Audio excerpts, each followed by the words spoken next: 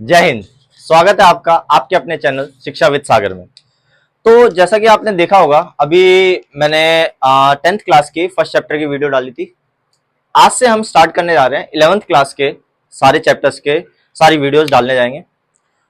आज का पहला जो लेक्चर है वो है आपका 11th क्लास का पहला चैप्टर जो कि सेट्स है। ठीक है, तो सेट से स्टार्ट करते जा रहे हैं। तो 11th के बच्चों आप भी जुड़ जाइए, देखते रहिए और सारे वीडियोस का लाभ उठाते रहिए। सेट्स, तो चैप्टर है सेट्स। सेट्स का मतलब क्या होता है? अगर आपको सेट्स समझना है तो उससे पहले आपको समझना पड़ेगा ऑब्जेक्ट क्या होता है। ठीक है, ऑब्जेक्ट का अगर मैं आपसे बोलूं ऑब्जेक्ट का मतलब क्या होता है, तो इस दुनिया में, इस यूनिवर्स में कोई भी लिविंग हो या नॉन लिविंग थिंग हो, उसे हम एक ऑब्जेक्ट कहते हैं। क्या कहते हैं? ऑब्जेक्ट कहते हैं। ठीक है, तो कोई भी लिविंग हो चाहे नॉन लिविंग थिंग हो, नॉन लिविंग थिंग हो, उन्हें हम क्या कहते हैं बच्चों? एक ऑब्जेक्ट कहते हैं। क्या कहते हैं? ऑब्जेक्ट। ऑब्जेक्ट कह लो या एलिमेंट कह लो, कुछ भी कह लो, कोई फर्क नहीं पड़ता। ठीक है, तो यहीं से सेट्स की डेफिनेशन आती है। सेट्स का मतलब क्या होता है? सेट्स का एक सिंपल सा मतलब है, अगर आपसे कोई पूछे व्हाट इज सेट, तो set is nothing, it is a collection. क्या है ये? सेट्स का मतलब क्या होता है? Collection. Collection of what? Collection किस चीज का कलेक्शन? जैसे आपने देखा होगा कई बच्चों को शौक होता है कार्ड्स का कलेक्शन करने का, किसी को शौक होता है किसी चीज का कलेक्शन। अलग अलग चीजों का कलेक्शन जो होता है वही सेट्स होता है। अब कलेक्शन से ही डिफरेंट डेफिनेशन नहीं पता चलेगी, तो इसकी जो पूरी प्रॉपर डेफिनेशन जो है सेट्स की, वो क्या है कि set is a collection of distinct और well defined object. Distinct and well defined objects. अब इसका क्या मतलब है? डिस्टिंक्ट, डिस्टिंक्ट का मतलब होता है अलग अलग। डिस्टिंक्ट का मतलब होता है अलग अलग। और वेल डिफाइंड का मतलब क्या होता है? जिसको आप पूरी तरीके से डिफाइन कर सको उसे कहते हैं वेल डिफाइंड। अब इसका क्या मतलब है कि जैसे मैंने बोला कि एक सेट, जैसे सेट को अगर मुझे लिखना हो तो ऐसे लिखा जाता है, एक सेट कैपिटल लेटर से सेट को डिनोट करते हैं। इसके लिए हम करली ब्रैकेट को यूज करते हैं। करली ब्रैकेट, इस टाइप का ब्रैकेट जो है स्टार्टिंग में 11th के बच्चों को बड़ी दिक्कत आती है बनाने में। तो ये जो ब्रैकेट है इसमें, अब जैसे मान लो मैंने बोला एक सेट बनाना है मुझे, किस चीज का सेट बनाना है? नेचुरल नंबर का जो कि 5 से कम है। नेचुरल नंबर जो कि 5 से कम है। अब नेचुरल नंबर कहां से स्टार्ट होता है? 1 2 3 4 यहां से स्टार्ट होता है। तो ऐसे नेचुरल नंबर जो कि 5 से कम है, तो क्या होगा? 1 2 3 और 4। ये एक सेट हो गया। ये क्या हो गया? एक सेट हो गया। सेट कैसे हो गया? क्या ये कलेक्शन है? हाँ बिल्कुल कलेक्शन है। किस चीज का कलेक्शन है? नेचुरल नंबर का कलेक्शन है। क्या ये वेल डिफाइंड है? हाँ बिल्कुल वेल डिफाइंड है। वेल डिफाइंड मतलब क्या आप इसे बता सकते हो कि हाँ ये क्या है? हाँ बिल्कुल, ये क्या है कि एक कलेक्शन है किस चीज का? नेचुरल नंबर का। ठीक है, क्या ये डिस्टिंक्ट है? डिस्टिंक्ट मतलब क्या सारे जो इसके अंदर ऑब्जेक्ट्स हैं, एलिमेंट्स है, क्या ये सारे अलग अलग है? बिल्कुल हाँ, ये अलग अलग है, तभी इन्हें हम क्या कहते हैं? सेट्स कहते हैं। इसके जो ये जो है ना अंदर के, इन्हें कहते हैं हम एलिमेंट्स कह दो या इन्हीं को हम कहते हैं ऑब्जेक्ट्स कहते हैं। क्या कहते हैं? ऑब्जेक्ट्स कहते हैं। ठीक है, तो set is what? Set is nothing, it is a collection of distinct well defined object. Distinct well defined object. अच्छा, यहां पे एक चीज इंपॉर्टेंट है, याद रखना। सेट्स जो है बच्चों वेल डिफाइंड तो होता ही है, साथ ही साथ इसमें ऑर्डर का कोई फर्क नहीं पड़ता। Irrespective of their order, irrespective of their order. इसका क्या मतलब है कि मान लो मैंने इसी सेट को मान लो ऐसे लिख दिया मैंने कि 3 2 1 4 ऐसे लिख दिया, तो क्या ये सेट और ये सेट अलग अलग है? नहीं। क्यों अलग नहीं है? क्योंकि इसमें कोई भी फर्क नहीं पड़ता कि आप इसको ऐसे लिखो ऐसे लिखो, अगर एलिमेंट सेम है तो वो सेम ही सेट है। तो सेट में हमें ऑर्डर से फर्क नहीं पड़ता। और क्या मुद्दा है इसमें? कोई भी अगर मान लो मैंने ऐसे लिख दिया 4, तो क्या ये सेट रहेगा? नहीं। सेट में हम हमेशा डिस्टिंक्ट ऑब्जेक्ट रखते हैं, सेम ऑब्जेक्ट नहीं रख सकते, रिपीटेशन नहीं होगी। ठीक है, अब आपने लिख लिया, सेट लिख दिया, सारी चीजें लिख दिया, क्या सेट को सिर्फ हम ऐसे ही लिखेंगे हमेशा कि मैंने बोला और सेट लिख दिया? नहीं। सेट को रिप्रेजेंट करने के अलग अलग तरीके हैं। सेट को रिप्रेजेंट करने के अलग अलग तरीके हैं। वो क्या क्या तरीके अभी देखेंगे। इससे पहले आप एक चीज याद रखना, अभी तक क्या समझे आप कि सेट क्या होता है? Collection of distinct well defined object. इसको कैपिटल लेटर से डिनोट करते हैं। इसके अंदर के जो ये जो माल है इनको क्या कहते हैं हम? एलिमेंट्स कहते हैं या फिर ऑब्जेक्ट्स कहते हैं। इसको कर्ली ब्रेसेस में ब्रैकेट में दिखाते हैं। इस सेट में ऑर्डर का कोई भी महत्वपूर्णता नहीं होती, रिपीट नहीं होना चाहिए, ये सारी चीजें होती है। ठीक है, अब सेट को लिखने के कितने तरीके हैं हमारे पास? सेट्स को लिखने के कितने तरीके हैं? ठीक है, रिप्रेजेंटेशन ऑफ सेट्स। अब सेट्स को कैसे कैसे लिख सकते हैं? तो सेट को रिप्रेजेंट करने के बच्चों दो तरीके हैं, वैसे तो तीन हैं पर आपको सिर्फ दो ही पढ़ने हैं। दो कौन कौन से पढ़ने हैं देखो। Representation of set, representation of sets. Sets को कितनी तरीकों से रिप्रेजेंट करा जा सकता है? तो सेट्स को दो तरीकों से रिप्रेजेंट करा जा सकता है। पहला जो होता है उसको कहते हैं हम रोस्टर फॉर्म। रोस्टर फॉर्म, इसी को हम टेबुलर फॉर्म भी कहते हैं। क्या कहते हैं बच्चों? टेबुलर फॉर्म भी कहते हैं। क्या होता है ये अभी आपको मैं समझाऊंगा, ठीक है। दूसरा जो होता है सेट्स को रिप्रेजेंट करने का वो होता है सेट बिल्डर फॉर्म। कौन सी form? Set builder form. Set builder form को ही हम क्या कहते हैं बच्चों? प्रॉपर्टी फॉर्म कहते हैं। क्या कहते हैं? प्रॉपर्टी फॉर्म कहते हैं, ठीक है, याद रहेगा, ठीक है। अब मतलब क्या, दोनों में डिफरेंस क्या है? बहुत ही सिंपल सा डिफरेंस है कि मान लो मैंने अभी थोड़ी देर पहले एक चीज बोली थी कि एक सेट है जो कि नेचुरल नंबर का सेट है जो 5 से कम है, जो कि क्या है? 5 से कम है। तो मैंने कुछ ऐसा लिखा था 1 2 3 4, ये आपके क्या था? ये एक सेट था। ये क्या था? एक सेट था। इसी को इसी तरीके से लिखना, किसी भी सेट को इस तरीके से लिखना, ब्रैकेट में लिख देना, सेट का नाम ले देना। इसी को हम कहते हैं, क्या कहते हैं बच्चों? क्या कहते हैं इसे हम? टेबुलर फॉर्म या रोस्टर फॉर्म। कि सेट को आप इस तरीके से अगर लिखते हो तो इसी को हम क्या कहते हैं? रोस्टर फॉर्म कहते हैं। सेट बिल्डर और प्रॉपर्टी फॉर्म क्या होता है? इसी चीज को अगर मैं प्रॉपर्टी के बेस पे लिखना चाहूं, किसकी बेस पे? प्रॉपर्टी के बेस पे। उसको जानने से पहले मैं यहां पे कुछ आपको साइन बता देता हूं। कुछ साइन होते हैं, ठीक है, इन दोनों ब्रैकेट में लिख के दिखा देता हूं आपको कौन कौन से साइन होते हैं जो आपके यूज होते हैं जनरली। आपने ये तो देखा होगा, ये किस चीज का साइन होता है? ये होता है देयरफॉर का साइन। ये होता है बच्चों सिंस का साइन। ये होता है दिस इंप्लाइज दैट का sign. Implies that. I dot E का जो साइन होता है इसको कहते हैं दैट इज। इसको हम कहते हैं फॉर ऑल। इसको एक लाइन लिख दो या फिर ऐसे डॉट करके लिख दो, इसे हम कहते हैं सच दैट। क्या कहते हैं? Such that.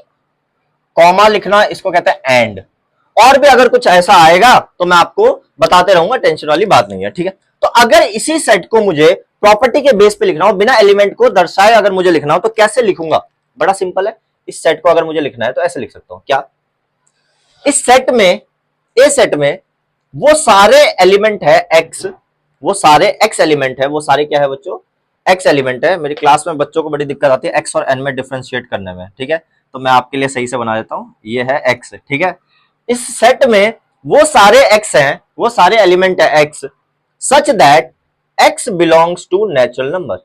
एन मतलब नेचुरल नंबर, कि इसमें वो सारे एलिमेंट है एक्स जो कि नेचुरल नंबर में है। इसका साइन का मतलब बताया मैंने, क्या होता है? सच दैट, ठीक है। वो सारे एक्स हैं जो सारे बिलोंग कर रहे हैं किससे? नेचुरल नंबर से। और नेचुरल नंबर किससे छोटे हैं बच्चों? 5 से छोटे हैं। क्या 5 के बराबर भी है? नहीं। किससे छोटे हैं? 5 से छोटे हैं। 5 से छोटे हैं। इसको कहते हैं हम प्रॉपर्टी फॉर्म या फिर सेट बिल्डर फॉर्म। क्या मैंने इसमें एलिमेंट्स लिखे? एलिमेंट्स नहीं लिखे, एलिमेंट्स इसमें लिखे हैं। तो एलिमेंट्स को, अगर सारे एलिमेंट्स को आप एकदम दिखा देते हो कि हाँ भाई ये सारे एलिमेंट्स है, तो वो बन गया रोस्टर फॉर्म। और अगर आपको आपने उसी चीज को क्या प्रॉपर्टी के बेस पे लिख दिया तो वो क्या हो गया बच्चों? प्रॉपर्टी फॉर्म या फिर सेट बिल्डर फॉर्म। क्या कहते हैं? Set builder form. याद रहेगा। तो सेट को हम दो तरीके से, एक और होता है डायग्रामेटिक फॉर्म कह लो या जो भी, वो भी आएगा, वो सब इतना हमारे अभी इंपॉर्टेंट नहीं है। ये चीज आपको अच्छे से इसलिए जाननी है क्योंकि यही आपको हर जगह मिलेगी, सबसे इंपॉर्टेंट है ये set builder form. Roster form तो फिर भी हम एनालाइज कर लेते हैं, पता, इसको समझना बहुत ज्यादा इंपॉर्टेंट है क्योंकि यही आपके पेपर में काम आएगी आगे, ठीक है। अब बेसिक बेसिक मैं आपको इस पूरे लेक्चर में करवा दूंगा और जितने भी इंपॉर्टेंट क्वेश्चन है उसके लिए मैं एक और लेक्चर लेके आऊंगा आपके लिए, और उसमें आपको समझ आएगा कि क्या है, कैसे कैसे क्वेश्चन आते हैं आपके पेपर में। इतने इजी इजी क्वेश्चन आते हैं। सेट जो है आपका इतना इजी स्कोरिंग चैप्टर है और आगे आपके कोई भी कॉम्पिटेटिव एग्जाम दो आप, सब में काम आना ही आना है, ठीक है। तो समझते हैं बच्चों आगे। अब जो है रिप्रेजेंटेशन अगर आप समझ गए सेट की, तो अब मैं आपको ले चलता हूं सेट के आगे की चीजों पे। आगे क्या आता है भाई?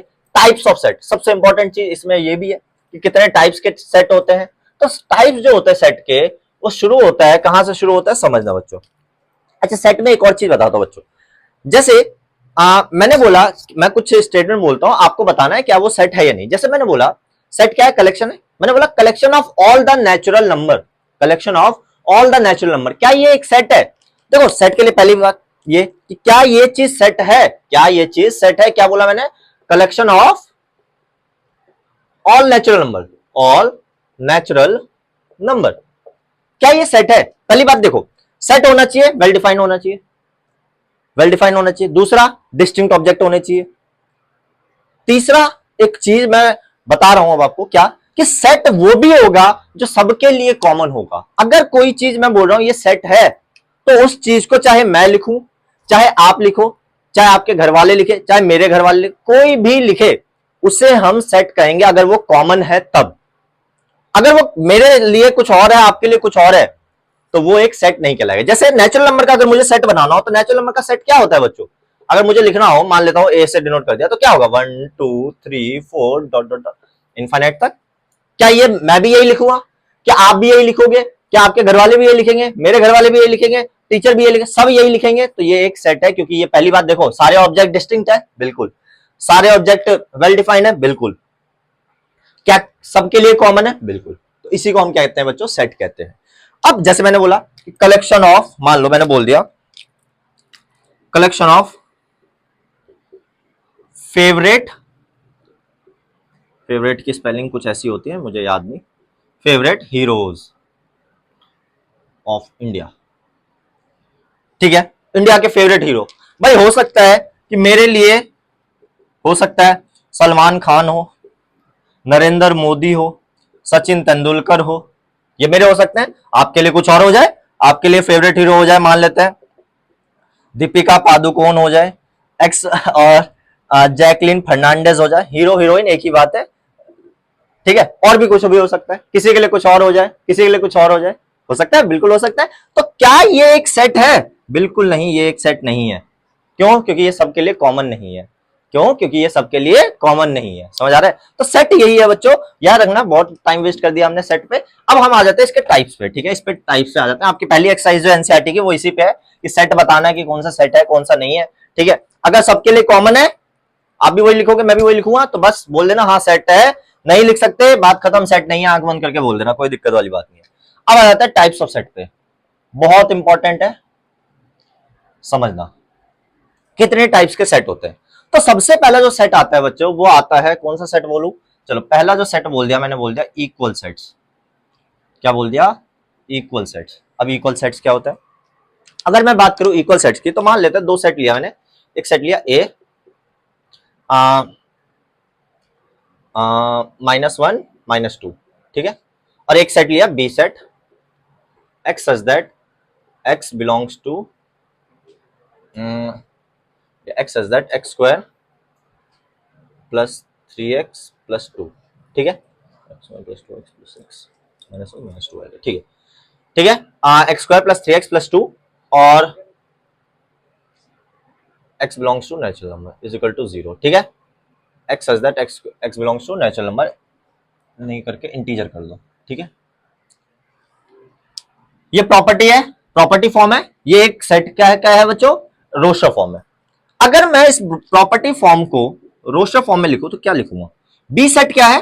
X such that X square plus, ये इक्वेशन दे दी, इस इक्वेशन को सेटिस्फाई कर रहा है एक्स, और एक्स इंटीजर होना चाहिए, तभी हम वैल्यू लेंगे। चलो चेक करते हैं। तो पहले मैं बी सेट को लिखने के लिए पहले मैं इस इक्वेशन को सॉल्व कर लेता हूं। X square plus 3x plus 2 is equal to 0। तो क्या हो जाएगा? ये X square plus 2x plus 2 is equal to 0। यहां से x कॉमन लिया तो x प्लस 2 प्लस 1 कॉमन लिया तो x plus 2 is equal to 0। तो एक ब्रैकेट बना x प्लस 1 का, एक ब्रैकेट बना x प्लस 2 का। 11th में हो, मैं उम्मीद करता हूं फैक्टराइजेशन आपको आता होगा। तो यहां से एक x की वैल्यू आएगी -1, एक आएगी -2। तो अगर मैंने इस b सेट की रोस्टर फॉर्म लिखी, तो इस b सेट की रोस्टर फॉर्म क्या बन गई बच्चों? -1 एंड -2। तो इक्वल सेट्स वो सेट होते हैं बच्चों, इक्वल सेट वो सेट होते हैं बच्चों, जिसके सारे एलिमेंट, दो या दो से ज्यादा सेट, जिनके सारे एलिमेंट, यानी ए के सारे एलिमेंट अगर बी में अवेलेबल है, और बी के भी सारे एलिमेंट ए में अवेलेबल है। सारे एलिमेंट अगर ए के सारे एलिमेंट बी में अवेलेबल है, और बी के सारे एलिमेंट ए में अवेलेबल है, तो ए और बी को हम क्या कहते हैं बच्चों? इक्वल सेट कहते हैं। कैसे सेट? कि अगर कोई दो नॉन एम्प्टी सेट है, या फिर कोई भी सेट है, ठीक है, if all the elements of set A present in set B and vice versa, ठीक है? And vice versa. तो हम इसे क्या कहते हैं बच्चों? इक्वल सेट्स कहते हैं। क्या कहते हैं बच्चों? हम इसे इक्वल सेट्स कहते हैं, ठीक है? इक्वल सेट्स के बाद बच्चों एक टॉपिक आता है बच्चों, इक्विवेलेंट सेट। Equivalent sets. अब इक्विवेलेंट सेट्स को समझने के लिए आपको एक बहुत ही मुश्किल टॉपिक समझना पड़ेगा। वो टॉपिक समझने के लिए मैं इसको थोड़ा सा रब कर देता हूं और समझाता हूं आपको इक्विवेलेंट सेट्स के लिए सबसे पहले क्या समझने की जरूरत है। इक्विवेलेंट अगर सेट्स आपको जानना है तो उसके लिए आपको जानना पड़ेगा cardinal number of a set. अब कार्डिनल नंबर क्या होता है बच्चों, थोड़ा सा मुश्किल है, ये पहली बार में समझ नहीं आता बच्चों को। देखना, मैंने बोला cardinal, cardinal CARDINAL, cardinal number of sets. Cardinal number क्या होता है एक सेट का?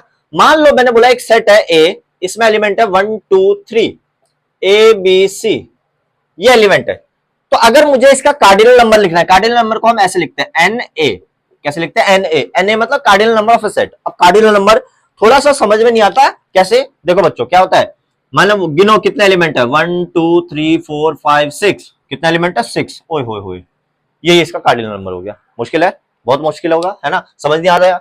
तो इसलिए मैं कह रहा हूं एक और क्वेश्चन करके देखो कि जैसे मान लो मैंने बोला बी सेट है कि XYZ, सागर, आदित्य, मान लो ये लिख दिया मैंने। अब मैंने बोला इस सेट का कार्डिनल नंबर क्या होगा, इस सेट का कार्डिनल नंबर क्या होगा?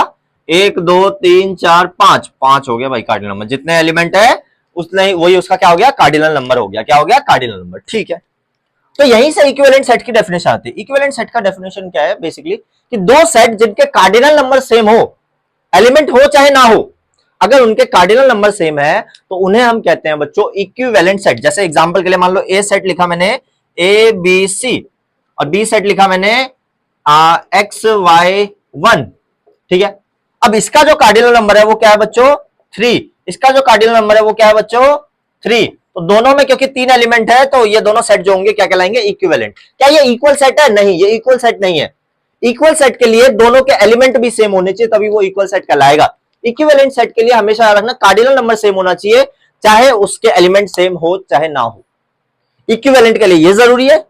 जितने भी इक्वल सेट है वो सारे इक्विवेलेंट सेट है, लेकिन सारे इक्विवेलेंट सेट इक्वल सेट नहीं है। ये आप लिख सकते हो क्या, कि all the equal sets are equivalent, but all the equivalent sets are not equal, but all equivalent sets are not equal। समझ आ रहा है? क्योंकि अगर वो इक्वल सेट है बच्चों, अगर वो इक्वल सेट है तो उसके कार्डिनल नंबर तो सेम होने ही है, तो इसमें तो कोई शक की बात ही नहीं है। ठीक है, तो ये हो गया बच्चों आपका, क्या हो गया ये आपका इक्विवेलेंट सेट और इक्वल सेट और कार्डिनल नंबर ऑफ सेट आपने देख लिया। अब देखो इसके बाद दो टाइप के सेट और आते हैं। एक सेट होता है बच्चों एम्प्टी सेट, एक होता है बच्चों सिंगलटन सेट। एक होता है एम्प्टी सेट, एक होता है सिंगलटन सेट। देखो बच्चों क्या होता है, नाम से ही क्लियर हो गया होगा। तीसरा आता है एम्प्टी सेट और चौथा जो आता है बच्चों वो क्या आता है? Singleton set. सिंगलटन सेट क्या होता है? एम्प्टी सेट और सिंगलटन सेट। जैसे मान लो मैंने एक सेट लिखा, कोई भी सेट लिख लेता, सी सेट लिखा मैंने। सी सेट तो एक एग्जाम हो गया आपका। X such that X is an even prime number greater then 2। Greater than 2, ये कैसे फॉर्म है बच्चों? प्रॉपर्टी फॉर्म है। ये कैसे फॉर्म है? प्रॉपर्टी फॉर्म है। क्या ऐसा कोई भी सेट है, कोई भी सेट बन सकता है? अगर इसका मैं बनाऊं क्या बनेगा भाई? ऐसा एक प्राइम नंबर बताओ आप, ऐसा एक प्राइम नंबर बताओ जो कि 2 से बड़ा हो और इवन हो। 2 से बड़ा हो और इवन हो। X is an even prime number greater then 2। आपको पता होना चाहिए बच्चों, दुनिया में इकलौता इवन प्राइम नंबर कौन सा है? 2 है। इकलौता इवन प्राइम नंबर है 2। सबसे स्मॉलेस्ट भी यही है और जो इवन है वो भी यही है। आप इसके लिए 10th क्लास की वीडियो देख सकते हो, मैंने 10th क्लास में समझाया है। ठीक है, क्यों होता है ऐसा। ठीक है, तो सिंगलटन एम्प्टी सेट जो है, अगर मैं इसको लिखूंगा, इसको रोस्टर फॉर्म में लिखूंगा, तो रोस्टर फॉर्म में क्या लिखूंगा? कुछ है ही नहीं भाई। तो एम्प्टी सेट को दर्शाने के लिए इसको हम ऐसे दिखाते हैं फाई से, या फिर इसी को आप curly bracket without any element, without any element, इस तरीके से आप एम्प्टी सेट को दिखाते हो कि a set having nothing in it, कि जिसमें 0 एलिमेंट हो, उसे हम क्या कहते हैं बच्चों? एम्प्टी सेट कहते हैं। एम्प्टी सेट कहते हैं। एम्प्टी सेट को हम नल सेट भी कहते हैं, एम्प्टी सेट को हम वॉइड सेट भी कहते हैं। क्या कहते हैं? वॉइड सेट भी कहते हैं। दोनों में से कुछ भी कह दो, कोई फर्क नहीं पड़ता। समझ आ रहा है? इसे हम क्या कहते हैं? फाई होता है ये, फाई। ठीक है, आप इस तरीके से लिख सकते हो किसी भी एम्प्टी सेट को, किसी भी एम्प्टी सेट को। इसके बाद आता है बच्चों सिंगलटन सेट। सिंगलटन सेट क्या होता है? बहुत ही सिंपल चीज है कि अगर कोई एलिमेंट है, अगर कोई एलिमेंट मतलब कोई सेट है जिसमें सिर्फ एक एलिमेंट हो, उसे हम क्या कहते हैं? सिंगलटन सेट कहते हैं। जैसे मान लो मैंने एक सेट लिखा B set X such that X is an even prime number greater than 1। एक ऐसा प्राइम नंबर बताओ जो कि 1 से बड़ा हो, एक ऐसा प्राइम नंबर बताओ जो कि 1 से बड़ा हो लेकिन इवन होना चाहिए। तो इकलौता वही है क्या? 2। इसमें कितने एलिमेंट है बच्चों? इसमें 2 एलिमेंट, मतलब एक एलिमेंट है, इसलिए हम क्या कहते हैं? सिंगलटन सेट कहते हैं। कौन सा सेट कहते हैं बच्चों? सिंगलटन सेट कहते हैं। तो सिंगलटन सेट क्या होता है बच्चों? जिसमें सिर्फ एक एलिमेंट हो। नल सेट क्या होता है? जिसमें 0 एलिमेंट हो। जिसमें क्या हो? 0 एलिमेंट हो। चलो आगे देखते हैं बच्चों। जब आपने ये कर ही लिया तो अब इसके बाद 2-3 टॉपिक और आते हैं, वो मैं आपको समझाता हूं। ठीक है,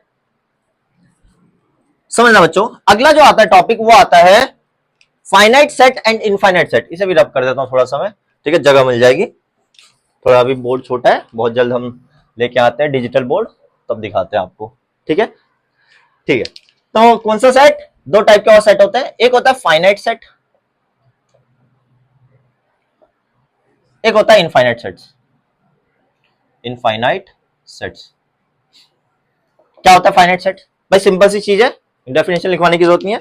ऐसे सेट जिसके कार्डिनल नंबर फाइनाइट होता है, जिसका कार्डिनल नंबर आप लिख सकते हो कि हाँ भाई इसमें इतने एलिमेंट है, जिसके एलिमेंट्स गिन सकते हो, बता सकते हो इतने एलिमेंट है, उसे हम कहते हैं फाइनाइट सेट। और एक ऐसा सेट जिसके कार्डिनल नंबर इनफाइनाइट हो, जिसका आप गिन के नहीं बता सकते इसमें इतने कार्डिनल नंबर है, 1 2 3 4 नहीं बता सकते, उसे हम कहते हैं इनफाइनाइट सेट। क्या कहते हैं उसे हम? Infinite set. क्या? जिसका कार्डिनल नंबर क्या हो बच्चों? फाइनाइट हो। कार्डिनल नंबर क्या हो? Cardinal number. कार्डिनल नंबर अभी थोड़ी देर पहले बताया था, थोड़ा सा मुश्किल टॉपिक था। Cardinal number is finite. और जिसका कार्डिनल नंबर फाइनाइट मतलब बच्चों जिसको गिन सकते हो। ठीक है, कार्डिनल नंबर इसमें क्या होता है बच्चों? Cardinal number is infinite. Infinite, ठीक है, उसे हम क्या कहते हैं बच्चों? इनफाइनाइट सेट्स कहते हैं। अब कुछ स्पेशल टाइप के इनफाइनाइट सेट्स होते हैं, some special infinite sets. Infinite sets कौन कौन से? पहला जो आता है बच्चों वो आता है set of natural number. Set of natural numbers, इसको हम n से डिनोट करते हैं, है ना। नेचुरल नंबर गिन सकते हो कितने नेचुरल नंबर है दुनिया में? बता सकते हो? मुझे तो नहीं पता, अगर आप बता सकते हो तो बहुत अच्छी बात है। ठीक है, set of whole numbers. Whole number को किससे दिखाते हैं? W से। किससे? W। ये वही गोवा वाला धमाल मूवी वाला W है। अगला सेट ऑफ क्या आता है? इंटीजर्स। अब इंटीजर्स जो होते हैं बच्चों ये 3 तरीके के होते हैं। इंटीजर को हम Z से दिखाते हैं। किससे दिखाते हैं? Z से दिखाते हैं। ये इंटीजर 3 तरीके के होते हैं। किस किस तरीके के? एक होता है पॉजिटिव इंटीजर प्लस VE, एक होता है नेगेटिव इंटीजर माइनस VE, एक होता है जीरो इंटीजर। पॉजिटिव इंटीजर कौन से होते हैं बच्चों? पॉजिटिव इंटीजर को हम Z प्लस से दिखाते हैं, मतलब 1 2 3 4 5 6 7 8 ऐसे जो पॉजिटिव में नंबर होते हैं। नेगेटिव इंटीजर क्या होता है बच्चों? Z माइनस से दिखाते हैं, है ना। और जीरो को तो हम जीरो से ही दिखाते हैं। ठीक है, जीरो को तो हम जीरो से ही दिखाते हैं। ठीक है, अब चौथा जो आता है बच्चों इंटीजर के बाद क्या आता है? इंटीजर के बाद पॉजिटिव हो गया, नेगेटिव हो गया, रैशनल नंबर। कौन सा? Rational number. Set of rational number. Set of rational number भी क्या होता है बच्चों? Set of rational number. Rational number पता है ना? नहीं पता तो 10th क्लास में जाना, उसके लास्ट में जाना, मैंने बता रखी है, जब इरेशनलिटी करा रखा है ना 10th की वीडियो में देखना, उसमें इरेशनलिटी में बता रखा है 8th 9th 10th एकदम अच्छे से बता रखा है कि किस तरीके से रैशनल नंबर को 8th क्लास में सिखाया जाता है, फिर 9th में सिखाया जाता है, किस तरीके से 10th में सिखाया जाता है। तो रैशनल नंबर वही p बाई क्यू की फॉर्म में। तो रैशनल नंबर को हम क्यू से दिखाते हैं। किससे दिखाते हैं? क्यू से। फिर आ जाता है आपका real number. Set of real number. Real numbers को किससे दिखाते हैं बच्चों? आर से दिखाते हैं। किससे दिखाते हैं? आर से। अब देखो रियल नंबर जो होता है ना बच्चों ये 2 चीजों से मिलकर बनता है, एक रैशनल नंबर और एक इरेशनल नंबर। ये किससे मिलकर बनता है? एक रैशनल नंबर से, एक इरेशनल नंबर से, एक रैशनल नंबर से, एक इरेशनल नंबर से। कई जगह ऐसा लिखा होता है इरेशनल नंबर को, सेट ऑफ इरेशनल नंबर भी वही होता है, set of irrational number, set of irrational numbers. वो भी क्या होता है बच्चों, आपका इनफाइनाइट सेट होता है, ठीक है। इसको हम ऐसे भी दिखाते हैं, आर माइनस क्यू। कैसे, देखो, अगर रियल नंबर इन दोनों से मिलकर बना है, तो अगर मैं रियल नंबर में से सारे रैशनल नंबर हटा दूं तो कौन से बचेंगे, इरेशनल बचेंगे। बेसिक चीज है, ठीक है। तो ये कुछ इनफाइनाइट सेट्स है बच्चों हमारे पास, जो हमें जानना जरूरी है, जिनके सिंबल्स हमें पता होने चाहिए मेनली, ठीक है। आप किसी के आगे आर प्लस लगा दो, किसी के ऊपर प्लस लगा दो तो पॉजिटिव हो जाएंगे, माइनस लगा दो नेगेटिव हो जाएंगे, बस वही है और कुछ नहीं है। समझ आ रहा है। तो ये कुछ आपके इनफाइनाइट सेट्स है। इसके बाद बच्चों एक टाइप का सेट आता है जिसे हम कहते हैं डिसजॉइंट सेट। कैसा सेट, डिसजॉइंट सेट। बहुत ही सिंपल सी चीज है डिसजॉइंट सेट्स। अगर मैं आपसे पूछूं डिसजॉइंट सेट्स क्या होता है, अच्छा अभी तक मैंने एक भी क्वेश्चन नहीं कराया है आपको, ठीक है। क्वेश्चन के लिए मैं लाऊंगा, एक बार कंसेप्ट क्लियर कर लो बच्चों। कंसेप्ट क्लियर हो जाएंगे तो क्वेश्चन तो वो हाथ का मैल है, ठीक है, कि जितनी बार नहाओगे उतनी बार निकलेगा, ठीक है।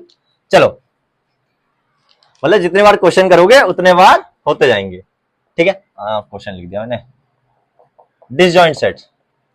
डिसजॉइंट सेट्स बड़ा ही सिंपल सा सेट है।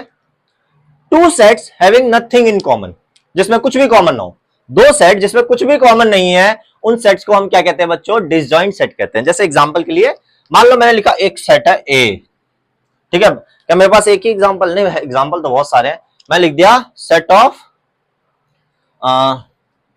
ऐसे लिखता हूं, चलो, x such that x belongs to natural number, x belongs to ऐसे में लिख दिया, ठीक है।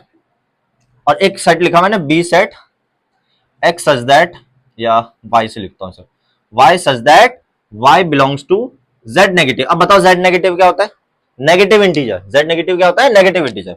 तो अगर मैं बोलूं a और b में क्या कॉमन है, a और b में क्या कॉमन है, a और b में क्या कॉमन है, अगर मैं ये बोलूं तो a और b में क्या कॉमन है, कुछ भी कॉमन नहीं है, कुछ भी कॉमन नहीं है। तो अगर कॉमन को कैसे लिखते हैं हम, अभी आगे बताऊंगा मैं, इस साइन से लिखते हैं, a इंटरसेक्शन b, क्या आ गया बच्चों, फाई आ गया। जिसमें कुछ भी कॉमन नहीं है वो क्या होता है बच्चों, इंटरसेक्शन। इंटरसेक्शन का मतलब बेसिकली कॉमन होता है, अभी आगे आएगा कंसेप्ट तब बताऊंगा, कॉमन, ठीक है। तो a और b में क्या कॉमन है, कुछ भी कॉमन नहीं है, फाई है ना। फाई को हम ऐसे भी लिख सकते हैं ना, है ना। तो यही होता है बच्चों, क्या होता है, डिसजॉइंट सेट्स होते हैं। ऐसे दो सेट जिसमें कुछ भी कॉमन नहीं है उसे हम क्या कहते हैं, क्या कहते हैं, डिसजॉइंट सेट्स कहते हैं। क्या कहते हैं, डिसजॉइंट सेट। तो डिसजॉइंट सेट समझ गए अब आप। तो अब आपको समझाता हूं सबसेट। क्या, सबसेट। सबसेट क्या होता है, ये एक बहुत इंपॉर्टेंट टॉपिक है, सबसेट। तो सबसेट समझाने के लिए बच्चों, सबसेट समझाने के लिए बच्चों क्या करना है हमें, कुछ नहीं करना। कुछ नहीं करना तो क्या करना है, कुछ तो करना ही होगा। देखो भाई, सबसेट्स, सबसेट्स, सबसेट्स क्या होता है बच्चों, समझना। सबसेट्स क्या होता है, मान लो मैंने बोला एक सेट है, एक सेट है ए सेट, ठीक है। इसमें मैंने एलिमेंट लिखे 1 2 3 4। इजी इजी एग्जांपल क्यों ले रहे हो, समझने में इजी रहता है। क्वेश्चन के लिए तो मैं आपके पास ऐसे ऐसे क्वेश्चन लाऊंगा, आप भी बोलोगे अरे यार ये क्या है। बी सेट मान लो लिख दिया मैंने 2 3, ठीक है, 2 3। तो अगर किसी सेट के एलिमेंट, सारे एलिमेंट, किसी सेट के सारे एलिमेंट किसी दूसरे सेट में प्रेजेंट है, किसी सेट के सारे एलिमेंट किसी दूसरे सेट में प्रेजेंट है, तो जिस, जैसे इस सेट के सारे एलिमेंट इसमें प्रेजेंट है, तो ये इसका सबसेट कहलाएगा। ये जो बी सेट है ये इसका सबसेट कहलाएगा। याद रहेगा कि अगर मान लो जैसे कि हम सबके अंदर हमारे माता पिता के गुण होते हैं, तो हम लोग क्या कहलाते हैं, अपने माँ बाप के क्या कहलाते हैं, सबसेट कहलाते हैं ना, कहलाते